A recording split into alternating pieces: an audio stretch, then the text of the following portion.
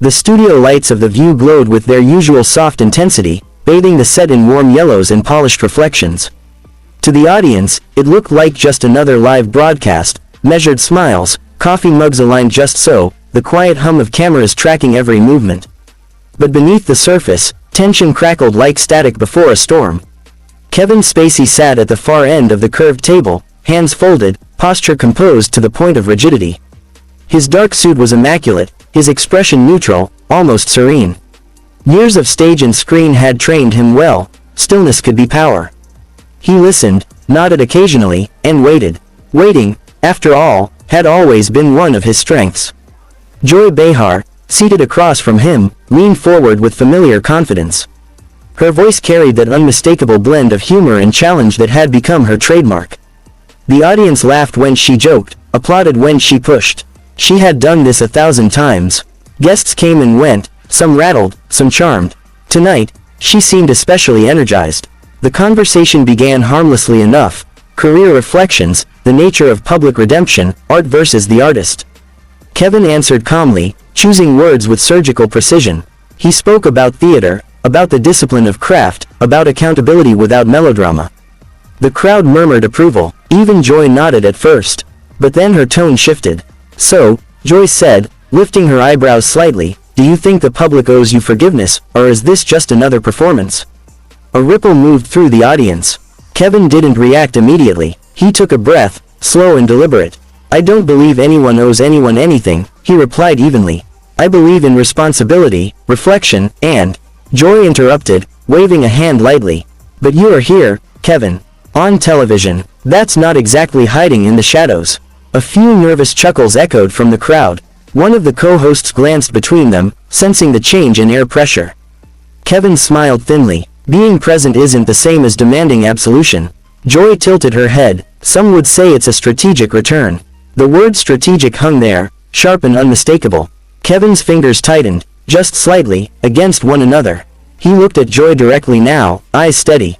I'm here to speak, he said, not to be reduced to a headline.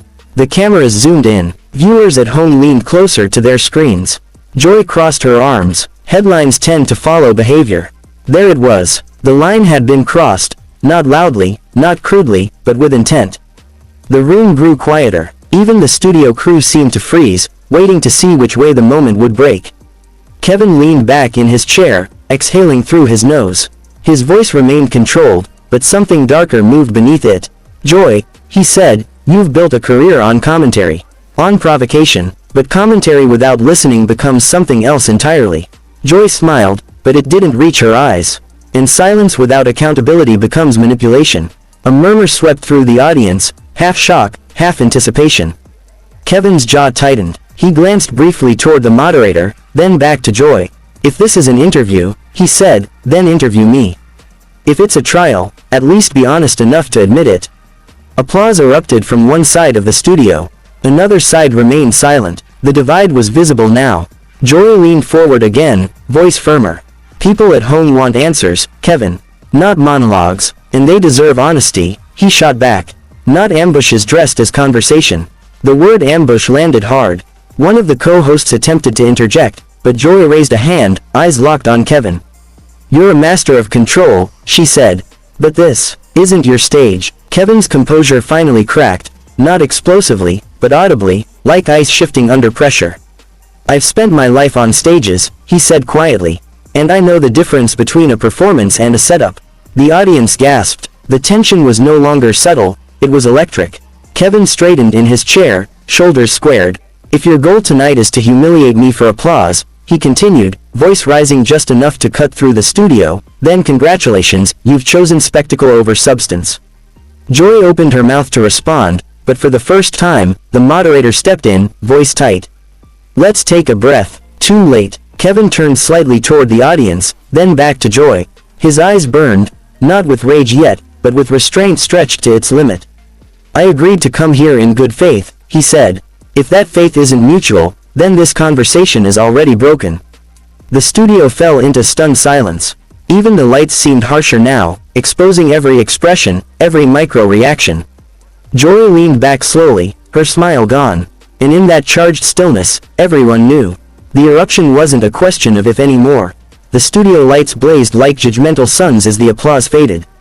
The hosts sat in their familiar semicircle, smiling for the cameras, scripts neatly stacked, coffee mugs untouched.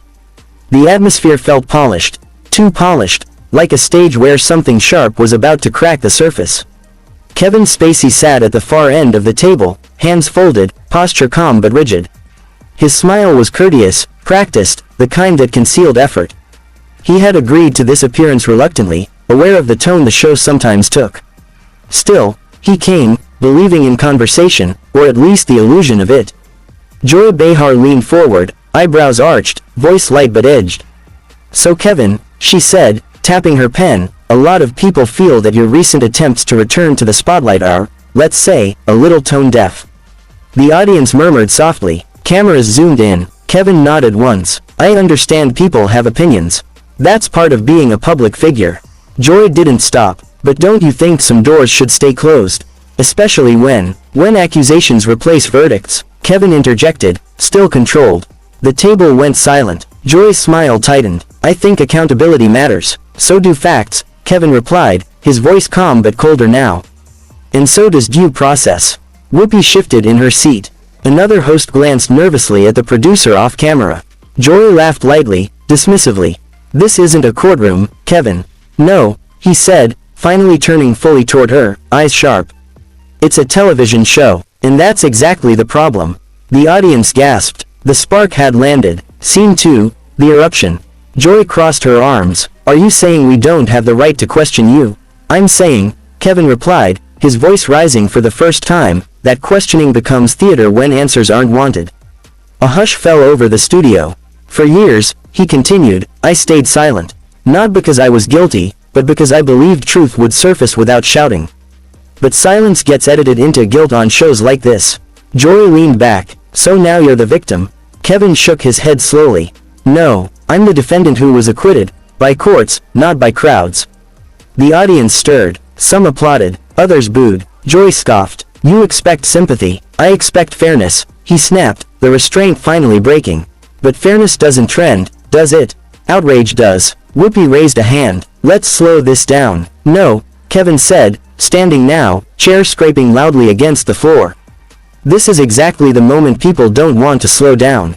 They want sound bites." Joy's voice sharpened. "If you can't handle tough questions, then stop pretending these are questions," Kevin fired back.